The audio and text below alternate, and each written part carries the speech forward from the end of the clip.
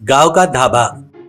एक गांव में गोकुल बोलकर एक व्यक्ति एक होटल चलाता है। वो बहुत ही बढ़िया चलाता था, पर गोकुल को कभी भी उस होटल को एक बढ़िया ढाबा बनाकर गांव का बहुत अच्छा नाम होना उसकी इच्छा थी।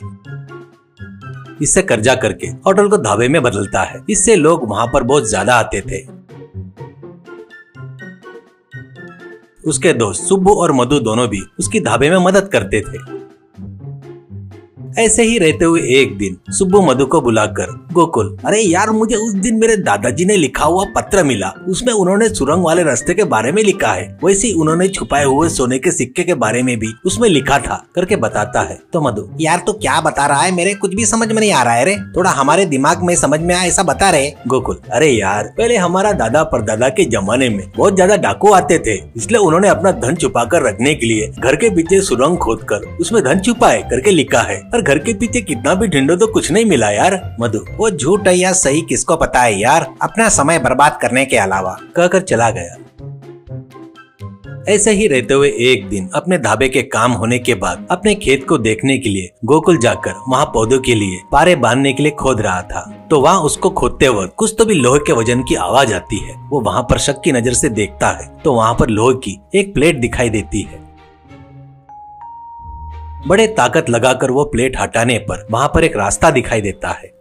वो उस रास्ते से उतरकर जाते रहता है तो उसको एक सुरंग गोकुल के घर के पीछे तक का रास्ता दिखती है। ऐसे सुरंग में जाने के बाद एक मटका भरकर सोने के सिक्के दिखाई देते हैं। उनको देखकर गोकुल बहुत ही खुश होता है। उसके बाद उसी रास्ते से उन मटकों को लेकर वापिस आकर गोकुल घर को जाता है और अपनी पत्नी को वो सोने के सिक्के दिखाता है तो देखकर पत्नी बहुत ही खुश होती है।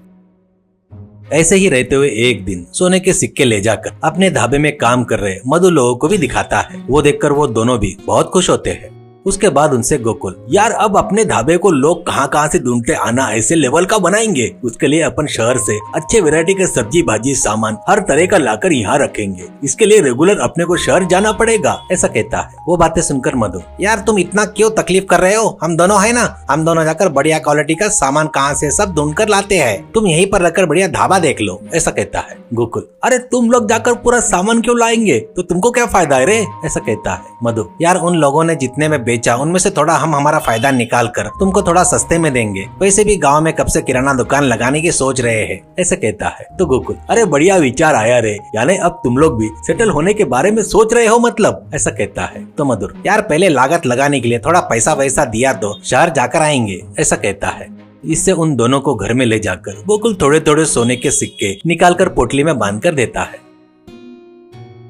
उसके बाद मधु लोग शहर जाते हैं और उन सोने के सिक्कों को बदलने के लिए सेठ के पास जाकर एक सोने का सिक्का देकर बदलकर पैसा दो कहते हैं। उसको देखकर सेठ, देखो बाबू, इस सोने के सिक्के की कीमत लगाकर देने इतना पैसा मेरे पास नहीं है, ऊपर से बहुत पुराने काल का है, बहुत ही अच्छा सोना है, कुछ देर रुको पैसा मंगवा कर देता हूँ, ऐसा कहता है। वो सुनकर दोनों आश्चर्यचकित होते हैं। उसके बाद वो लोग कुछ देर इंतजार करने के बाद सेठ पैसा मंगवा कर देता है। वो देखकर खुश होकर मधु, यार अपन कुछ तो भी सोचे रहे, लेकिन ये सिक्के मामूली नहीं है, गोकुल के पास बहुत सारे हैं, ऊपर से ये पुराना सोना ज्यादा कीमत में नहीं होगा करके बहुत सारे सिक्के दिया, इसलिए जितना हो सकता है उतना उसके पास से सोना छीनने के लिए दबाने के लिए कोशिश करेंगे, ऐसा कहता है। इससे सुब्बू भी ठीक है कहता है। उससे वो लोग सामान लेकर गोकुल के पास जाते हैं और वो सामान देखकर गोकुल बहुत ही खुश होता है। अब गोकुल से मधु, यार अपन सोचे वैसे ही हुआ रे, वो सोना बहुत पुराना है ना, इसलिए ज्यादा कीमत नहीं है, इसलिए कम सामान आया, इसलिए जहाँ तक मेरा मानना है कि जितना ज्यादा हो सके उतना सोना पैसे में बदल दिए तो अच्छा रहेगा, ऐसा कहता है। ऐसे वो दोनों मिलकर लगातार 2 बार आधे सोने के सिक्के गोकुल की अच्छाई का फायदा उठाकर दबा लेते हैं। उसके बाद अचानक गोकुल शहर जाकर सेठ के पास सोने के सिक्के बदलने जाता है। वैसे ही उन सोने के सिक्के को देखकर सेठ, अरे इससे पहले भी 2 लोग आए थे, तब बताया ये सोने के सिक्के बहुत कीमती है करके, मेरे पास उतना पैसा नहीं है रे, ऐसा कहने से मन में गोकुल, दोस्त है करके उन पर विश्वास किया तो मुझे ही धोखा देते क्या करके सोचता है। उसके बाद गांव में आने के बाद सोना लेकर भाग रहे मधु लोगों को देखकर उनके पीछे जाता है। ऐसे मधु लोग एक धर्मशाला में जाते हैं।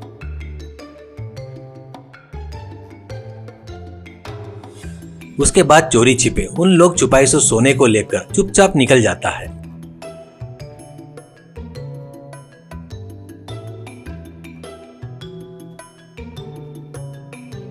सुबह नींद से जागकर सुब्बू और मधु सोना गायब हुआ देखकर दोनों आपस में झगड़ा करके कुछ नहीं कर पाने से वापिस गोकुल के पास जाकर लागत लगाने के लिए सोना मांगते हैं। गोकुल, अरे यार पैसा कम मिल रहा है करके मेरे साले के शादी में सोना खरीदने जा रहे हैं करके बताए रहे तो नहीं मेरे पास बहुत सारे सोने के सिक्के हैं, उनको गलाकर जितना होना उतना ले लो करके पूरा दे दिया यार। अब सोने का काम हो गया ना, वो लोग कुछ ना कुछ पैसे देंगे, वो लेकर काम में लगाना होगा। उतना ही नहीं, अपने गाँव में पंत जी है ना, वो अपने ढाबे के लिए सामान सस्ते में लाकर देते बोले। अब तुमको भी शहर जाने की जरूरत नहीं है, उनको ही कॉन्ट्रैक्ट दे दिया। कहकर ढाबे में जाकर कस्टमर को बताया हुआ आइटम देने लगता है।